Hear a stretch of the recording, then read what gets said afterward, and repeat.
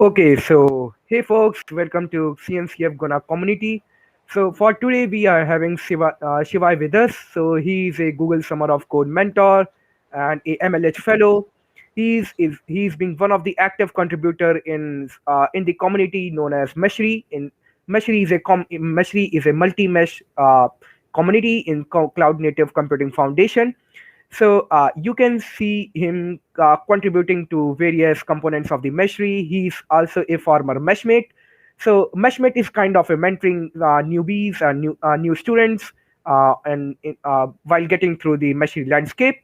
So he's also been working on the technologies of like service meshes, inside service meshes. He has explored a lot of things. So for today, he's going to give us a great introduction over what is service meshes, how folks can contribute to various service mesh organization like Layer 5 and Meshery and these all. So I am very much excited about this session today. So over to you, Shiva. You can continue with it. And if you are new to the channel, so don't forget it to subscribe it. We are coming up with these all awesome content daily. In every week, we are having a great speakers aligned with us. So make sure to subscribe it, and let's begin this awesome like session on getting started with service meshes. So over to you, Shiva. You can continue with the session. Great. So let me share your screen. Okay. Awesome. Yeah. All right. First of all, thank you so much, Ritesh, and I'm really thankful to the entire community at CNCF Guna Chapter, and it's really great to see so many different Cloud Native Computing Foundation chapters actually coming up and sharing their experiences with students, with different groups of folks to actually help everyone get started with cloud native, right? And today I'll be talking about service meshes, which are an really interesting, you could say, a component of an integral part of the entire cloud native experiences, right? And I'll be talking about what exactly are service meshes, why do you need them, and we'll be talking about some of the different types of service meshes. So Ritesh had already given an introduction about myself, but I'll just be very quick in that. So hi everyone, I'm Shivay. I'm a developer advocate at Fabric, which is an headless e-commerce platform providing sort of headless e-commerce APIs using cloud native technologies. And I'm also an open source contributor at Layer 5, where I've been contributing to the Meshery project, which is incubated currently inside the CNCF. And I've also been a former Google Summer of Code mentor with CNCF for the Layer 5 projects. So without wasting any further time, let's get started. So before we move on to what exactly are service meshes, I just want to sort of touch down upon some basic points. The first one being, what were the different kind of models when it comes to cloud computing? So this probably at this point of time will be quite relevant for everyone. But for someone who might want to get to understand why are we coming to this particular point of needing to understand that, how we talk about service meshes, we also need to understand the different kind of models that we usually have for cloud computing. Starting with infrastructure as a cloud, which provides you things like network layers, virtual machines, servers, databases as part of the cloud system, which you can actually use and use that entire infrastructure layer for your own use. The second one is basically the software as a service, where you will be getting, and standalone software that you can actually use as part of the cloud service. And then you have the entire platform as a service, which provides the entire platform capabilities inside the service. The one that we are sort of going to be focusing today is the infrastructure as a service, where we'll be understanding how service meshes sort of come and become a part of the entire ecosystem inside the infrastructure as a service. So probably next thing that we are also really sort of looking at is the main difference between Monolith and the microservices based architectures. Now, if you are not aware between the difference between both of them, so monolith structure can be considered this kind of a single standalone application where all the different services, all the different functions, all the different types of modals or modules are actually interlinked with each other, right? And everything is sort of packed together inside of one single application. And the advantage of having such kind of an application is that, of course, if since you are storing everything, so deployment of such kind of applications becomes easier, and you're storing everything at the same place, and you can sort of maneuver between different functions, different modules. And of course, when it comes to, let's say, looking at the entire service, or sort of the entire application as a whole, it might look at least easier to sort of understand how the architecture sort of looks like. But there are a lot of different disadvantages of actually going ahead and using monolith architecture. Some of the biggest ones is that in case even one particular service or one particular module inside your in your entire application goes down, then that sort of acts as a single point of failure for your entire application. That means your entire application would actually stop working. Now, another big disadvantage is that it actually is difficult to scale. So let's say if there is only a certain module within your entire application that needs to be upgraded, you would actually have to go ahead and upgrade your entire application, and that would require more time and more efforts to actually go ahead and do that. Because sometimes, let's say if you're building an e-commerce platform, you might want to actually go ahead and scale up your payments integration system.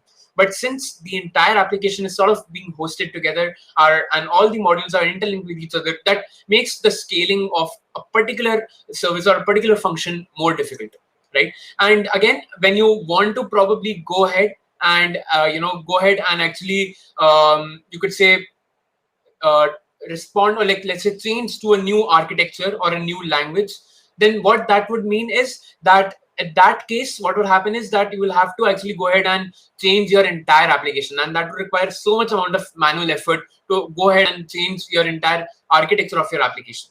So that is the reason why we started ahead and we sort of moved towards the microservices based architectures. Now, what exactly is microservices architecture? In this case, if you look at your standalone application and you look at your different modules, the modules are not interlinked with each other. Instead, each of your modules, for example, if we take an example of the e-commerce platforms, your payment system will be a separate module, your cart system or your inventory will be a separate service, or we call it like a separate module, and all of them are sort of independent from each other, right? So for example, if one of these services goes down, one of the straight away, like, the biggest advantages are actually using the microservices is that even if one of these services goes down, it will actually not affect the rest of the application, right? And also there are a lot more number of different kinds of advantages, right?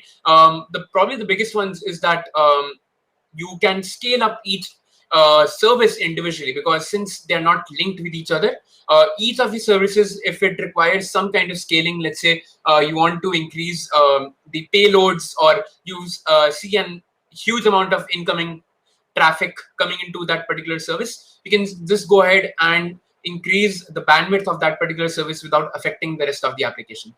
And that sort of makes the microservices based architectures for building things so much more scalable, because each one of these modules are sort of developed and maintained individually, right? And you sort of then use different kind of API calls, and you do network calls to actually communicate between different modules with each other. And of course, as we have discussed, right, that there are some apparent advantages of actually using microservices based architecture, right? Of course, we have just spoken about how it is really good for isolation, that one service will not result in the breaking down of the entire application. Then since we are sort of making it sort of in a distributed system, it will have a smaller size as well, because each one of your are basically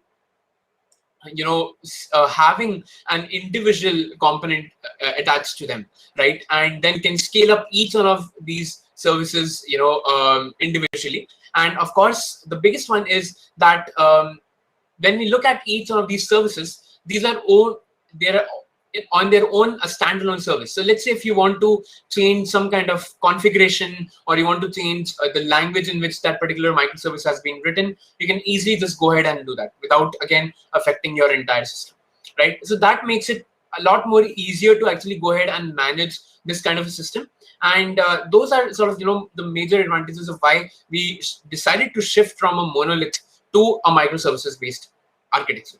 But of course, not everything is sort of a rose bed, and there are certain, we could say, drawbacks of actually using microservices based architectures. And that is where, we'll be going over what are the sort of the drawbacks and how can we actually go ahead and overcome those shortcomings that we see in the microservices based architectures, right? So some of them that are there and we'll be sort of looking into more detail include service discovery, load balancing, fault tolerance, distributed tracing, telemetrics, security. So we'll be going over all of these one by one to sort of understand in detail, like, why are these issues there, and how can we actually go ahead and overcome them. And that is when we'll be talking a bit more about the service meshes concepts, right? So the first one that is there is called the service discovery. So as we know that, okay, we have now, let's say, 10 different kinds of services, right? And each one of these services has its standalone functionality that it's supposed to be performing. Now, the question arises, how shall we communicate between these different services? Because in this example that you see in the slides, there are only 4 services, right? But for a larger system, there can be tens and hundreds of different microservices, and all of them will be having their own separate deployment. They will be having their own separate IP addresses, because all of these services have their individual, where they have been deployed, right? And so that means that since all of them are independent of each other, it means they have their own IP addresses. They are getting stored in different locations. So in order to be able to communicate between each other, they would need the IP address of one another, right? And one way to probably make this easier is that we hard code the IP addresses of all the other, services, in each of these services, right? We hard code. But one of the biggest drawbacks of actually hard coding this would be that so we can consider, like, let's say that, okay, one of your services gets restarted, right? So usually what happens is whenever you are storing any of your services in at, let's say, a particular location or in a virtual machine, whenever you restart that particular service or you restart that virtual machine, the IP address of that particular virtual machine actually also gets changed, right? So whether if there is some kind of an issue that occurs inside of one of the service meshes, or let's say it gets restarted, there's a huge chance that the IP address of that particular service mesh would actually change. In that case, you can really not take advantage of hard coding the IP addresses, because they are changing dynamically every few days or every few hours, right? Depending on the kind of application that you're working on. And that is a very big issue to sort of overlook, right? And that is why the next thing that we could probably do is maintain something as a service registry. So what the service registry is that it says to the service, right, to these services, that you go ahead and register yourself. So by registering, what it will do is that this service registry will store the IP address of each one of these microservices, right? And it will store them. And let's say that whenever another microservice wants to connect to one of the existing microservices, it will ask the service registry to get the IP address of the service mesh of the service that it wants. So it will sort of look up the IP address and it will get that IP address and it will be able to connect to these services. So this looks kind of like a good solution, but there are again disadvantages to this particular approach as well. So the biggest one being that in case we sort of want to sort of look at service registry, so this would in itself be a standalone application. And again, as we have already discussed, whenever you have like a standalone application, and let's say the service registry has the IP addresses and it's storing information for more than, let's say, 100, 200 different services, if this goes down, again, becomes a single point of failure, your entire application is sort of compromised, because you don't have now that particular server or that particular application which can actually go ahead and help you connect to the other microservices. And again, when you want to go ahead and, okay, so I'll also be taking up the questions, right? So Param asks, are those IP addresses real? So yes, Param, that basically these IP addresses that we're talking about, these are essentially the IP addresses of the physical store, right? Because each of these services is a piece of code. Like like when we talk about a service, it's essentially lines of code that are supposed to be solving something, right? So it could be like a payment integration system service, right? So wherever we are hosting this particular service in a virtual machine, in a virtual computer, we are talking about those particular IP addresses, right? So I hope that answers the question. And of course, please make sure that you keep on asking, these questions, and I'll be more than happy to take them up during the session as well. So we're sort of talking about, this particular service registry as being a single point of failure, like being a potential single point of failure. But moreover that, let's say if you want to actually go ahead and register your particular service with the service registry, you need to sort of add more and more number of different libraries, all these services, so that they are appropriately actually working. And again, when you want to go ahead and connect the various services to one another, you have to write additional lines of code just for actually doing this connection. So apart from writing code for making sure that yes, these services work, you have to go the extra step to also write the code for various configurations for being able to actually connect to the service registry and get the relevant IP address of the other services that from which you actually have to communicate with each other. So all of that sort of you have to do on your own, and it's not automated or it's not managed for you by the service registry. So that is sort of the blockers that we see when it comes to the service discovery, and that is essentially being able to communicate between multiple services with each other. And apart from the service discovery, one of the other issues that we see is in load balancing. So sometimes what might happen is in order to sort of distribute the load, right? Sometimes you might have a lot of network or a lot of traffic coming in.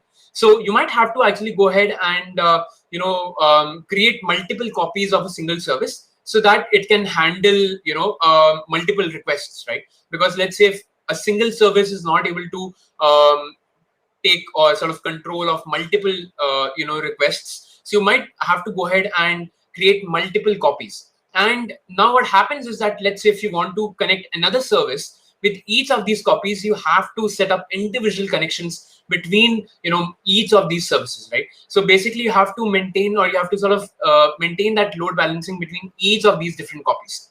And again, that makes it sort of a repetitive task. And again, you have to write that much amount of code for configuring and making sure that, yes, let's say if you're using another service C, it is able to connect to each one of the copies of, let's say, service A, right? And all of this has to be handled by you.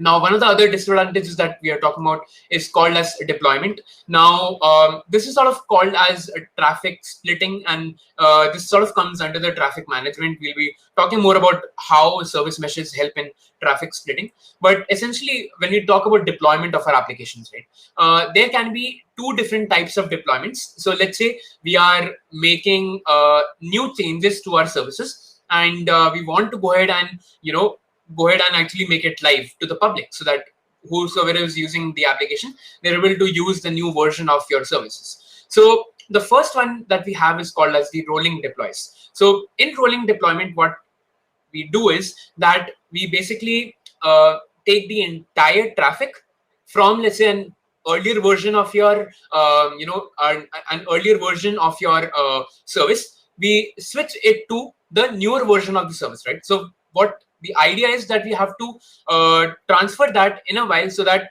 it does not affect the existing traffic, right? Because of course, let's say if there's an urgent need to actually upgrade, you still probably have some sort of traffic ongoing. So how can we actually go ahead and do that, right? How can we make sure that the entire service is getting migrated or getting upgraded to the new version without actually affecting any of the existing traffic? So without having a downtime of your entire application where you're actually going and do this, how can we do that, right? Without having to, let's say, stop the application right now, or let's say without making without having any particular traffic getting lost while doing this upgradation process. And the second one is called as canary deployments. Now in canary deployments, what we do is, let's say we want only a certain part of our network or certain folks, with whom we want to actually go ahead and test out the newer version of our service. So let's say you want to split the traffic that is incoming to your service into 95% being the older version and 5% being the newer version of your deployment or new version of your service. So even in these cases, again, how to sort of manage that with the help of service meshes is sort of difficult, right? How can we split the traffic in such a way where 95% of it is still going, or those requests are still going to the previous version, and 5% are going to the new version? Again, these are very difficult to manage just by using simple microservices, right? And again, if we talk about some of the other issues that are there, one of the biggest ones is also ensuring how can we maintain the TLS, or like, let's say, the security between two different services, right? So let's say we are communicating between service A and service B. So how can we actually ensure that there are certificates installed in each of these services, and we are regularly actually going ahead and changing these services, right?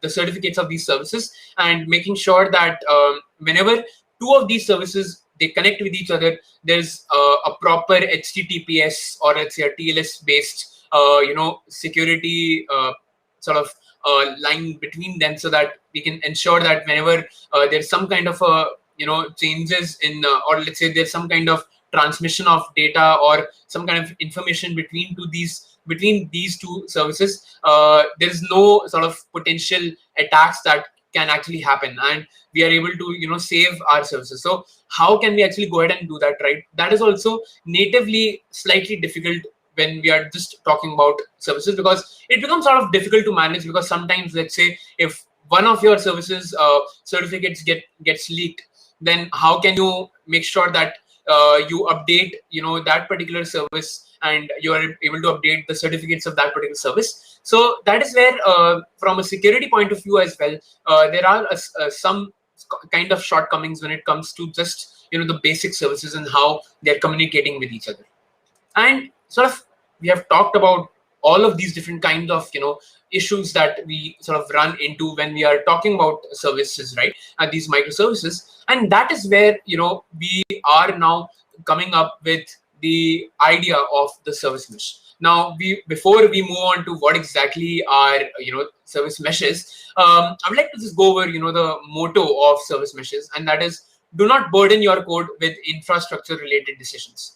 So what does that mean, right? A lot of times, as we have seen just right now, before talking about the service mesh and its motto, is how can we create these applications and still maintain a microservices based architecture, and how can we overcome all these different kind of decisions where we are trying to connect between different service meshes, we are trying to do load balancing, we are trying to make efficient use of deployments, and we are trying to maintain the security, right? All of these are sort of infrastructure related decisions. And currently, when we are talking about the services, we have to additionally, we have to write additional lines of code just to make sure that we are able to maintain a good relevant infrastructure, right? So that is where the service mesh comes into the picture, where you don't have to sort of get affected with these infrastructure decisions, and you don't have to necessarily code those particular changes. The service meshes are there to actually take care of these infrastructure related decisions and topics for your application and for your microservices.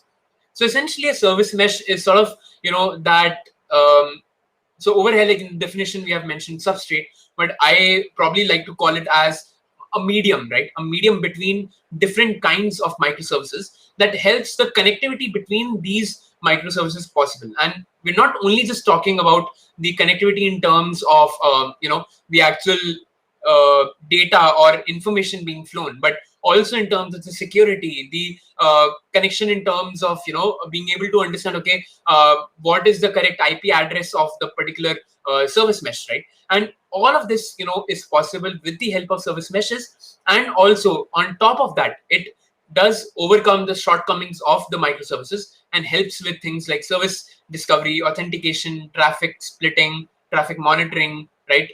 Monitoring of the service meshes in general, monitoring of the services in general, right? And we'll be talking about all of these different kinds of things and the various applications that are there with the help of the service mesh. But before we directly move on to the applications and why service meshes are used, let's take some amount of time in order to understand how these service meshes work. So basically, the first thing that we are going to be talking about is essentially understanding what are sidecars, right? So we're going over each one of the components of what actually makes a service mesh. So we'll be going over all of them one by one. But the first concept that we're going to be talking about today is sidecars. So what exactly is a sidecar? So if you look at your original microservice, right, you had to write the code, of course, that is supposed to be the task that the microservice is actually performing. Now, apart from adding just about okay, what exactly is the service, right? You had to write the additional code, as we have discussed, about the configuration, right? About being able to maintain the information about the other, basically about the other microservices, right? Let's say if you wanted to go ahead and communicate between them. So what can we actually go ahead and do is, we don't want the service itself to actually go ahead and do that, right? What we are saying is that we maintain a completely standalone service, or we call it sort of a proxy, and we call it the sidecar. The sidecar is basically the entity that will be responsible for any infrastructure related dependencies that is there for a service, so that the service itself can just concentrate on the code base, right, on basically its main task. And the sidecar is sort of responsible for doing all the heavy lifting of doing things like helping it connect to other services, helping do things like traffic management, doing things like you could say deployments, right? All of that, and like let's say when we are doing load balancing, all of that can be sort of managed by this additional entity that is called as a sidecar. So you can consider the service A and the sidecar of the service A as one container, and both of them are sort of stored together. Now let's say if you want to communicate between service A and service B, it is not the services that are going to now directly communicate with each other. Their main focus is just to focus on their main aspect, that is the code, and it is the sidecars of these services that are going to be communicating with each other, right? And of course we'll be looking at how this communication is actually handled, and that is what sort of brings us to the next topic inside of service meshes, and that is basically the control plane and the data plane. So the data plane is essentially all your different microservices, right, alongside with their sidecars. And the control plane is sort of the control tower or this control center that sort of is maintaining the overall sort of system, right? Where let's say there are multiple services, right, microservices, and you want to communicate between some of them. So all of those communications or sort of instructions of how to sort of communicate between them, all of that will be managed by the control tower. So when we say that okay, we want to communicate between service A and service B, the sidecars of those services will be initiated, and basically all the configuration information that is required, whether it's some kind of network information required, or let's say the IP address, some kind of policies that we want to maintain while transferring the information or data across the different services, that will be communicated back and forth with the sidecars and the control tower.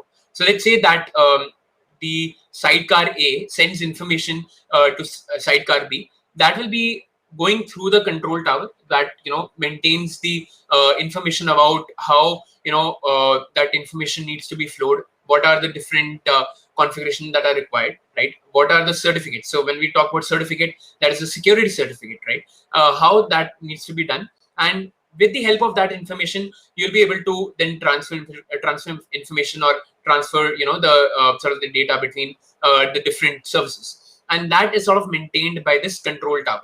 And that is what sort of is the main functionality of the control plane. It's the entity that helps you to sort of control, or sort of you could say alternatively, like we can sort of reword this as the control tower is sort of your main brains behind being able to maintain all of those network dependencies and network things that are supposed to be done inside of the service mesh, right? And then of course, like we can take an example of this case where we can see actually multiple things being used. So in this particular example, you can see that basically when it comes to the traffic management, right? Basically, when we're talking about the traffic management inside of the control plane, right? So let's say that we want to go ahead and do a canary deployment, right? Or we want to customize the way in which the traffic is actually going ahead and sort of splitting itself. So the first one that, for example, we have over here is you can see that in this case we have, let's say, three different types of services: service A, B, and C. And what we want to do is that we want only 1% of the traffic to actually go ahead and use the service A, and we want, let's say, 99 or the remaining percent of the traffic to go to service B, right? And that again can be easily done without having to worry too much about the code, because all the configuration is again being maintained by the service mesh, right? And the control plane and the data plane together, so, or we can say the control tower and the sidecar together, that is what sort of comprises the service mesh, right? So the service mesh consists of the control plane and the sidecar.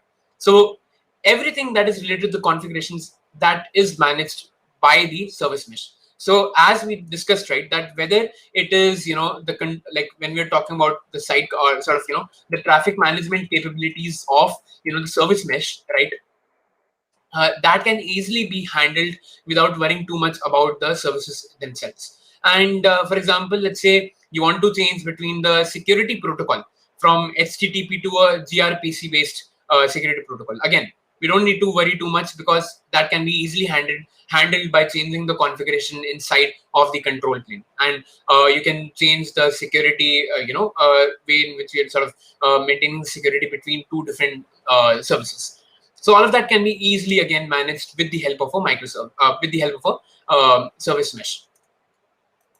And of course, we can also very easily do multi-service management. So we're not just talking about 2, 3, or 4 microservices.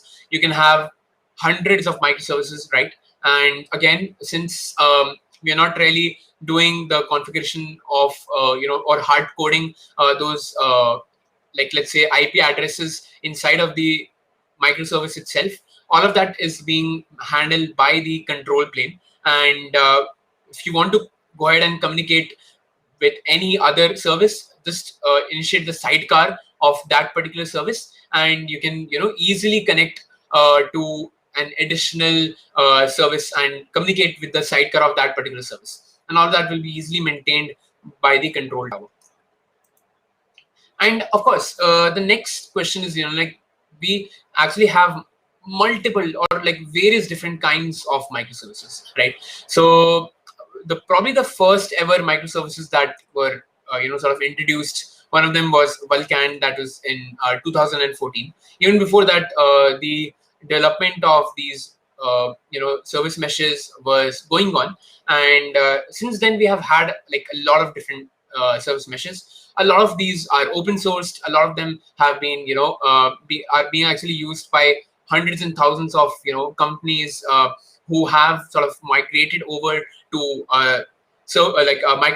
microservices based architecture, and they do require service meshes. Now each one of these service meshes at their core, or at their sort of their base, are having different kind of configurations. They have a different architecture, and it sort of depends on what are the specific features of a particular service mesh that you want. Or let's say, because not every service mesh will be equally adept at solving all the issues of a microservice, right?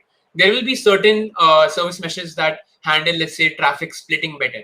There are other service meshes that help load balancing better, right? They help handle load balancing in a better way. So it depends on the kind of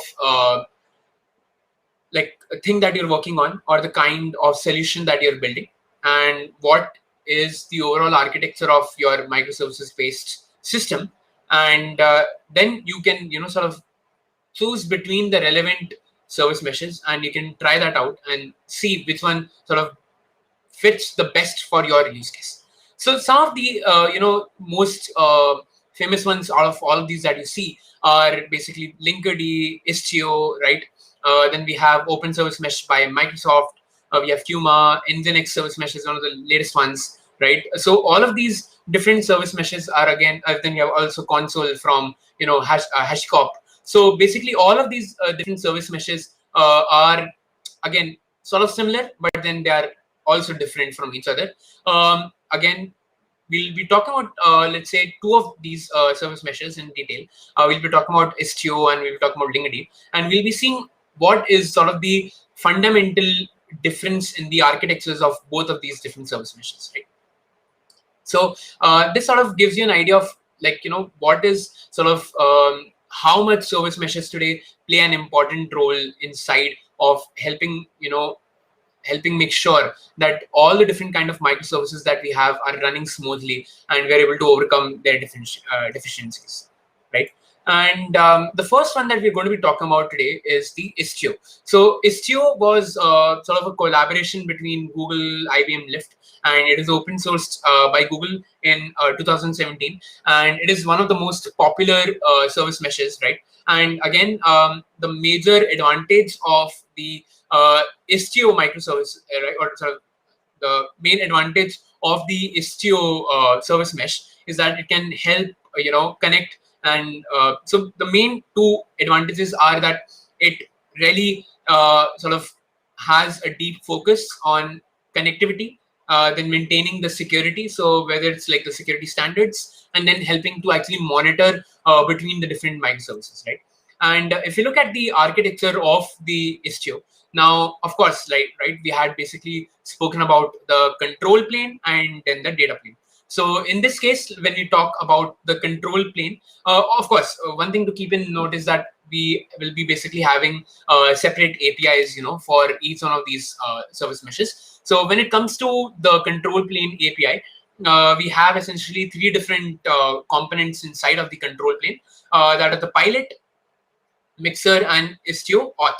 So the Istio authentication, Istio auth, or basically it's the Istio authentication, right? Then what is mixer? So basically mixer is sort of looking at each one of your services, and that is what is sort of helping to make sure that the policies, things like the IP addresses of the sidecars of each one of your services, those are sort of getting communicated in a correct way, right? And of course, when it comes to pilot is sort of maintaining your entire configuration data. Now envoys, like basically envoys are sidecars only, like they're a version of sidecars. In case you want to go ahead and look at separately at envoy, you can go ahead and do that. Envoys are sort of used alongside the service meshes, right? So, and again, you can see from this like diagram that how we are sort of maintaining the communication between two separate microservices, and how the control plane API is not only helping with the monitoring, right? Telemetry is a form of monitoring, and then how we are generating the authentication, because Istio does have a great responsibility when it comes to maintaining the authentication as well. And just to sort of look at some of the advantages, or sort of features of actually going ahead and using Istio. So it first of all can use multiple security standards, whether it's the HTTPS, or it's through gRPC, or it's through TCP, and it will automatically help do the load balancing across all of these different security standards, right? And then since we are also mentioning that when it comes to the traffic management, right, how is the traffic actually flowing inside of the entire application across the multiple microservices that are actually a part of the entire like the entire system, or the entire you could say the entire application, right? So all of that can be easily managed with the help of the Istio micro service mesh, right? So because it provides really great routing rules. So when we're talking about the routing rules, we're basically talking about the traffic routing rules of how we have to, make sure that each of the services that are relevant to that particular thing that we are trying to solve, we are automatically sending the requisite amount of traffic to the concerned service, right? And all of that can be easily maintained with the help of Istio. Then, since we have also spoken about being able to basically use the service, or essentially talk so in a way, like we'll be talking about more about the ingress and egress as well. But essentially, since we talked about telemetry, right, to be able to monitor the logs of how the traffic is actually going ahead and going out of each one of these services, right, and maintaining the logs for them. All of that can be handled again. We don't need to let's say spin up a Prometheus instance. All of that can be, like, we can set up a dashboard where we can get all those different metrics with the help of Istio, right?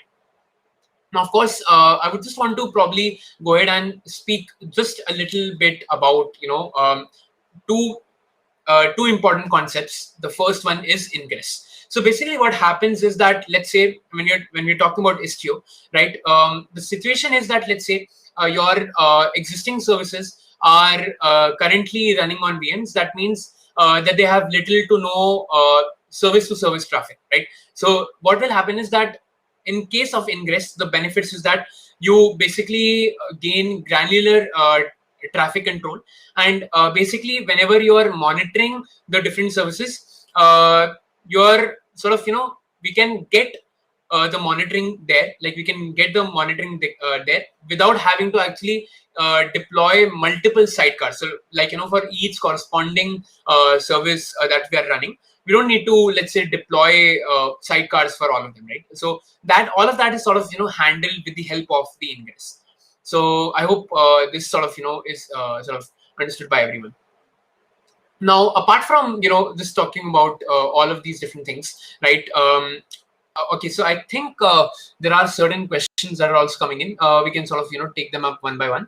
So Harsh asks, "Hey Shivay, can you tell us about how to get started with service meshes, road to beginners, and if anyone wants to get started straight away?" So Harsh, I will be coming on to that particular topic at the end. I have a dedicated slide just for the getting started and how to sort of get into the service mesh landscape. So I'll be talking about that. Just bear with me. We are just sort of at the ending lines. Then Param asks, in Istio, can the automatic load balancing be configured in the same procedure regardless of the cloud provider? So that is a really good question, Param, because of course now you would be having, and that's really an important question to sort of look like, because see, when it comes to the different kinds of service meshes, right? And we are talking about, let's say, Istio, you can have different deployment methods, right? You might want to deploy your service mesh on let's say Google Cloud, or you want to deploy it on AWS, right?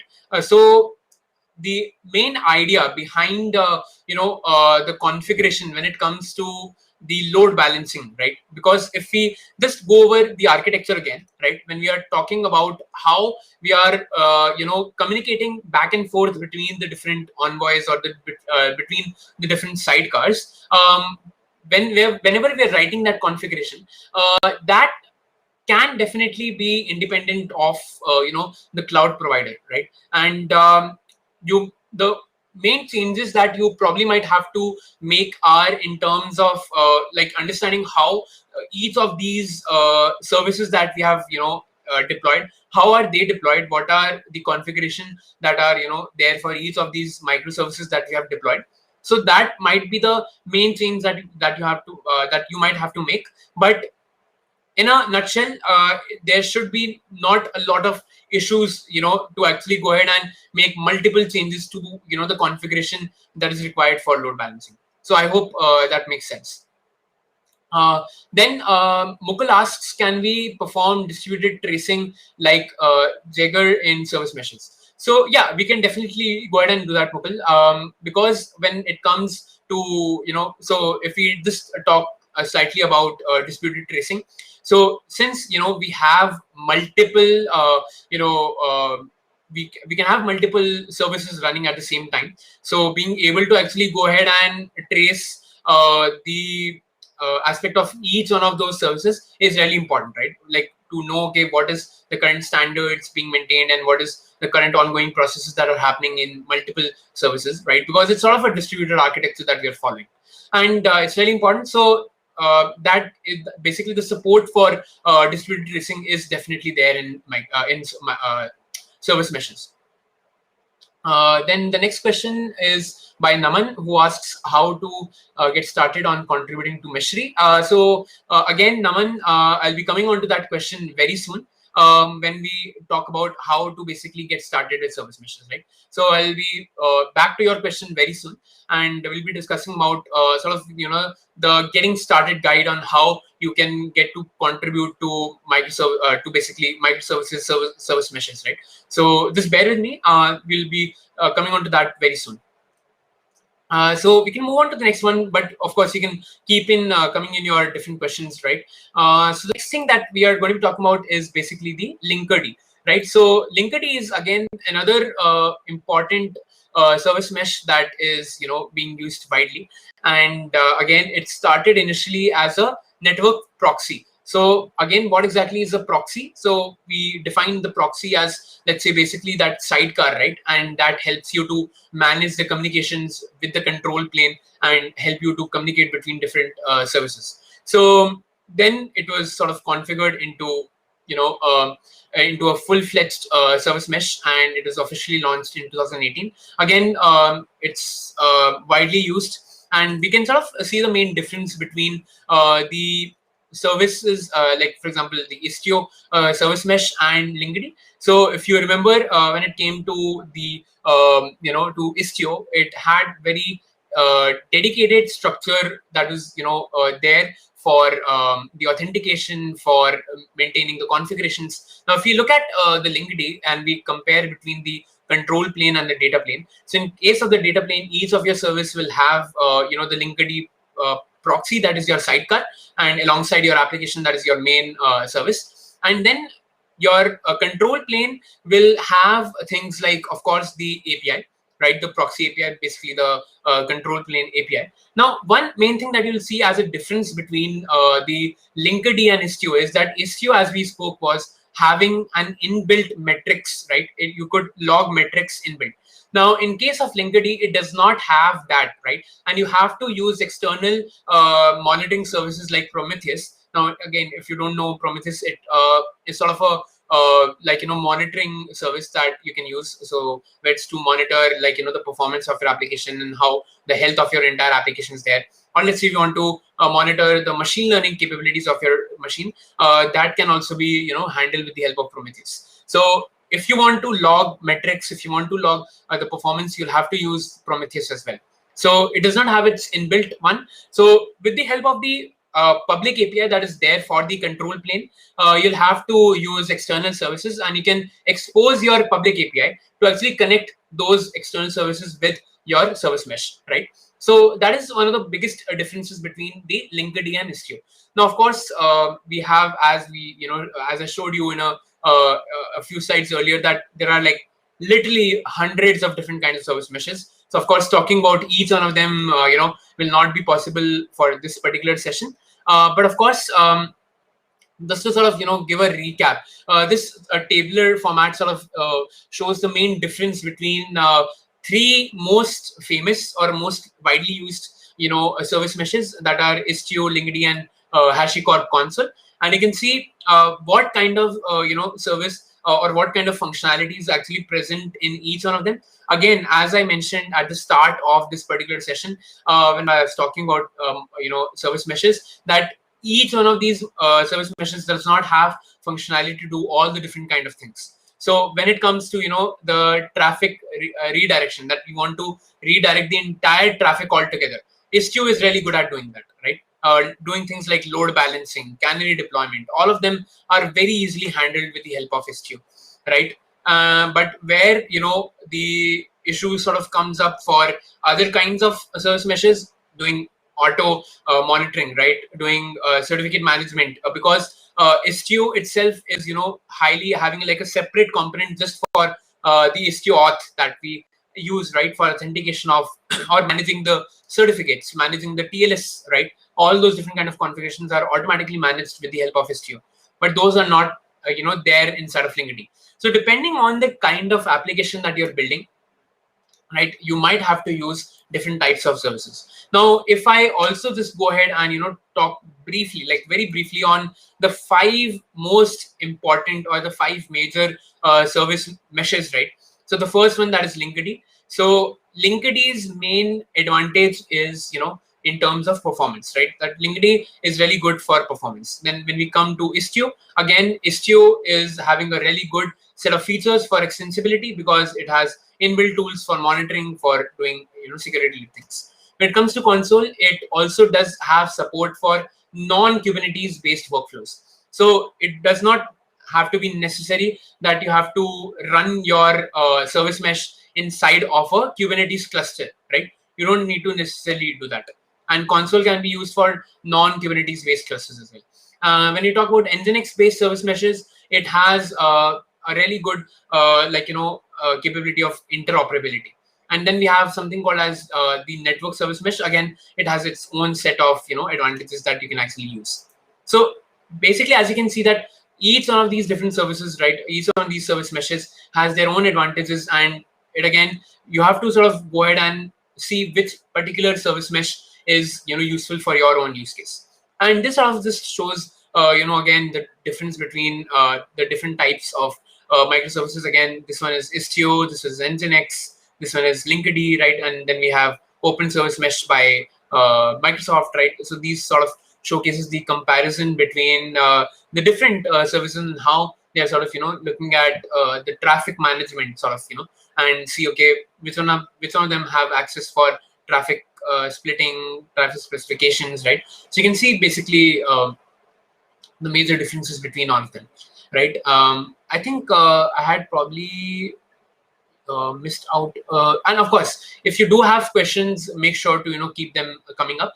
But I would like to take up 2 of these questions that are specifically there, and those are how to get started. So for that, I first would want to give a huge shout out to the Layer 5 community. Now, Layer 5 is an open source community that is all about service meshes, right? So they have a lot of different tools. If you want to go ahead and look at what exactly Layer 5 does, or you want to go ahead, you can. I'll also just share that by sharing my screen. So let me actually go ahead and quickly share my screen as well. So I'll just stop the screen share. But till then, make sure to keep bringing in your questions. Let me quickly just go ahead and share my screen.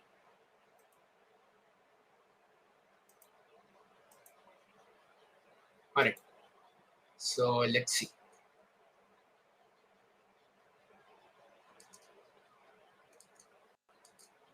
All right. All right. So yeah, before of course we talk about I also just want to show you how you can use Layer 5. So basically, Layer 5 is the essential community that I'm just talking about. And if you want to understand how service meshes work, right? What exactly are service meshes? Of course, I'll just break it down on what are the important requisites, but make sure to join the Layer 5 community. The official website for the Layer 5 community is layer5.io. So I'll just go over the layer5.io. But generally, if you want to kickstart your career in service meshes, is through, there are essentially 3 major important topics that you would definitely require to learn. So the first one is, getting a brief understanding, or at least understanding how microservices work, right? And for that, you would require to know things like Docker, Kubernetes, because majority of these service meshes, right, they do require so when we talk about the environment, right, what kind of environments do we need to set when we want to use these service meshes? So you would require Kubernetes clusters, because all of the different applications will be inside of these different clusters. So having a good knowledge on how Kubernetes works, how Docker works is imperative in order to basically, sort of understand how, these particular these microservices and these service mesh work. So you can get started by learning the concepts of Kubernetes, how we deploy multiple containers, and how the orchestration of different Docker containers are being handled by these Kubernetes, right? And how basically the pods work, because in each of these Kubernetes pods, your services are there, and you are sort of communicating between these services, right? Whenever you're communicating between these services with the help of service mesh, we are going to be sort of going ahead and accessing these Kubernetes pods. So that is something that will definitely be helpful. And if you need learning resources on Kubernetes and Docker, you'll find a lot of different good resources online, right? You can definitely look at some O'Reilly books. You can go ahead and visit a lot of different, and probably if you want later on after this session, I'll just link a few, resources and courses for Kubernetes, but you can go ahead and look at the default documentation that is usually provided for Docker and Kubernetes, and you'll find really good, and if you want to sort of play around with Kubernetes, we have Katacoda that provides playgrounds, like online playgrounds, to sort of see in person, like, how do these Kubernetes, clusters, they work. So all of that is generally required to understand and set up service meshes, right? And of course, if you do understand things like network topologies, computer networks, those will be an added benefit, because we are talking a lot of times about security, network traffic management. All of these different things are related to computer networks. So if you are aware of different, HTTP headers, you know all of these different things, you can definitely go ahead and talk about, or you can like sort of also learn about these. Now, apart from all of this, right, the one thing that you have to go ahead and do is go ahead and join the layer 5 community. As I've already mentioned earlier, the layer 5 community is all about service meshes. We are nerding about service meshes all the time, right? Whether it's understanding what exactly a service mesh is. So the Meshery project, for example, is basically a tool that helps you to sort of compare between the performances of different service meshes. So let's say if you want to decide, okay, which particular service mesh do you want to use for your own project, it can help you see the load, like how much load is actually going ahead on each of the service meshes for the particular application that you're trying to build. It can give you comparisons between the traffic management and how much load that is there. And it's currently getting incubated inside of the CNCF. Layer 5 is actively participating in a lot of different open source open source initiatives, right? Like Google Son of Code, the Linux Foundation Mentorship, LFX program, right? And they have their own internship programs that you can actually go ahead and apply for. And the biggest one is we have basically this program called within within the layer 5, and it's called as the Meshmate. So Meshmate by far is one of the most amazing programs to kickstart your journey into open source. So basically, Meshmates are these community members from layer 5 who are onboarding new members who join the community, right? And they will help you, on a one-to-one mentorship. They will help you understand, okay, what exactly is Docker, Kubernetes, or whatever relevant technologies that are, sort of, you being used, how to basically set up Meshery or some other kind of projects that Layer 5 has in turn, on your computer, understanding in the entire workflows, giving you resources, connecting with you on one-to-one basis, and helping you basically get your first ever pull request merged, right? That is a level of help or basically the level of interaction that you'll find inside of the community, right? There are like weekly, there are various like we could say working group meetings where we're welcoming the community. There are separate ones just for the separate projects, right? And getting like for newcomers. So you can definitely go ahead and join this. Even if you, let's say, just want to learn Docker or Kubernetes, you'll find someone, or you'll be sort of assigned with someone who can help you, guide you sort of in that particular journey. So those are definitely some of the learning resources. Now, apart from that, if you, so I've spoken about the prerequisites so far. The prerequisites being understanding the committed network concepts, things like Docker, Kubernetes. Now the next aspect of it is how to get started with the actual topic of service meshes, right? So there are a lot of different books, and I'll definitely go ahead and recommend going through these different books. Some of them, for example, if you just want to learn about Istio, yeah, of course, the link, I'll just post the link over here. So it's called layer5.io. You can go ahead and go ahead and use that. Inside of layer5.io, you'll also find the Slack link. But basically, these are some of the really good books that you can refer to. All of them are by O'Reilly, to understand what are like service meshes, how to basically go ahead and look at the different service mesh patterns that are usually involved, how to choose your own service mesh.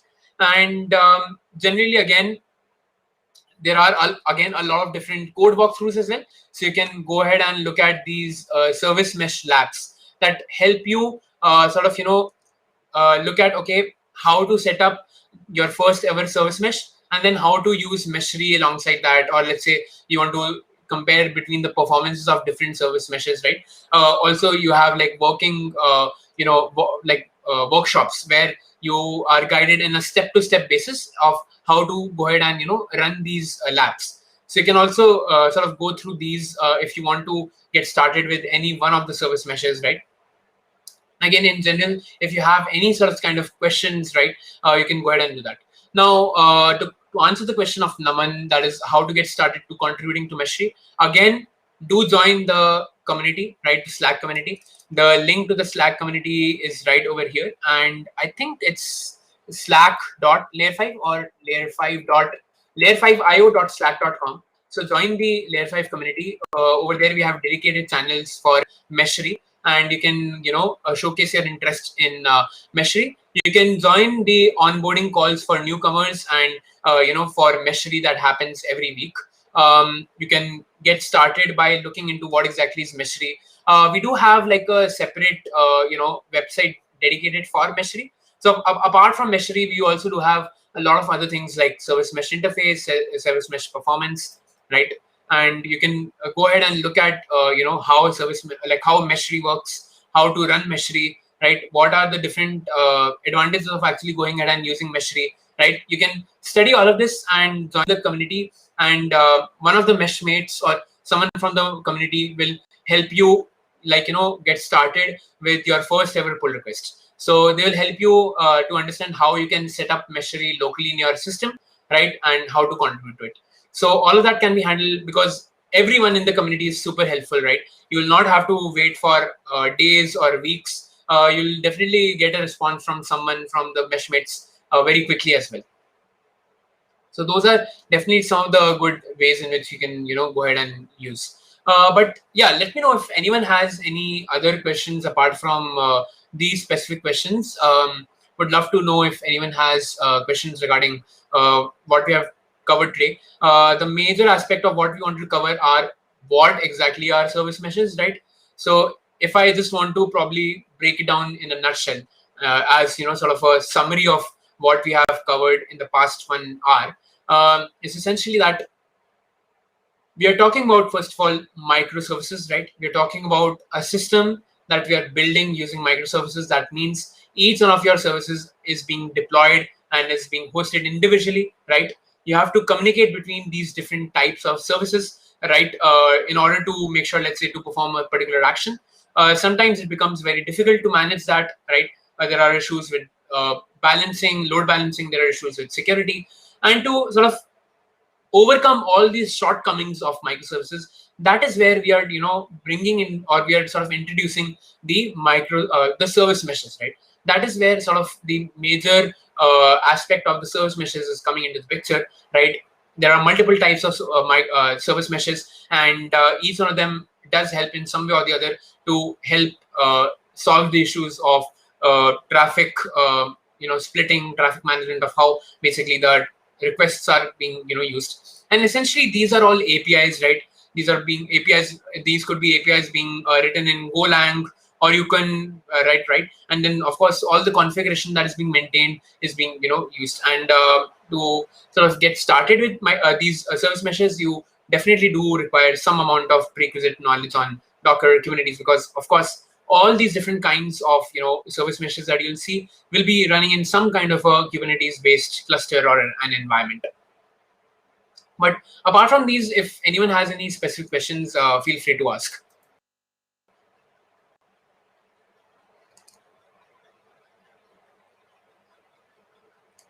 But yeah, I mean, apart from this, let's say if nobody has any other questions, make sure to join the Layer 5, and also you can connect with me on my Twitter, LinkedIn, and GitHub. So I'm usually most active on Twitter, so you can definitely follow me on @howdevelop. If you have questions, then you can reach out to me, on these platforms. But I think apart from that, we have pretty much covered all the other questions, right, Ritesh?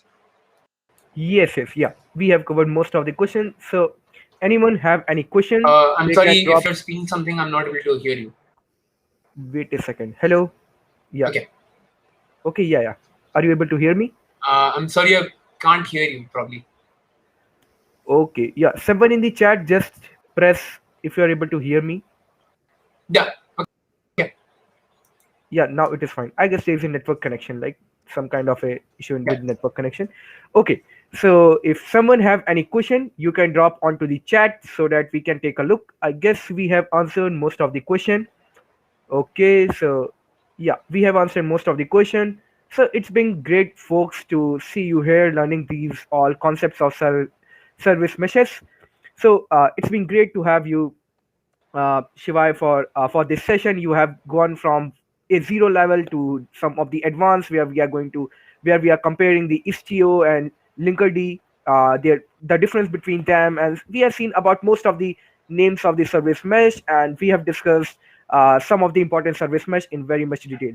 So it's been great. Like, yeah, totally, you have done a very great, awesome thing. Like, it is all. It is one, you can say. It is a beginner to advanced session of service meshes.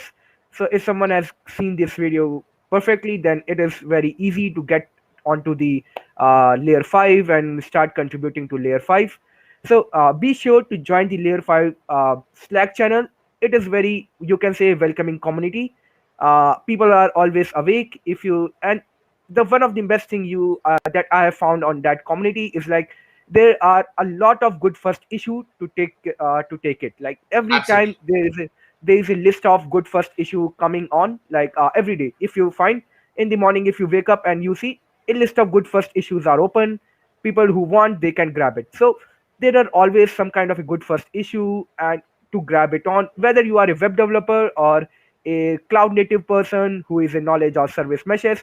There you can find each and every person from DevOps to cloud native, and you can say, if you know zero, if you have a zero knowledge on Golang, you are welcome to layer 5. Yeah. You will And get to know yes, yeah, Shiva, yeah. And I would just want to probably just take a note of and again, thank you, Ritesh, because I do see that even you are part of the community. And again, definitely, I have been part of a lot of different other open source communities, right? And yeah, even Rust and Wasm too.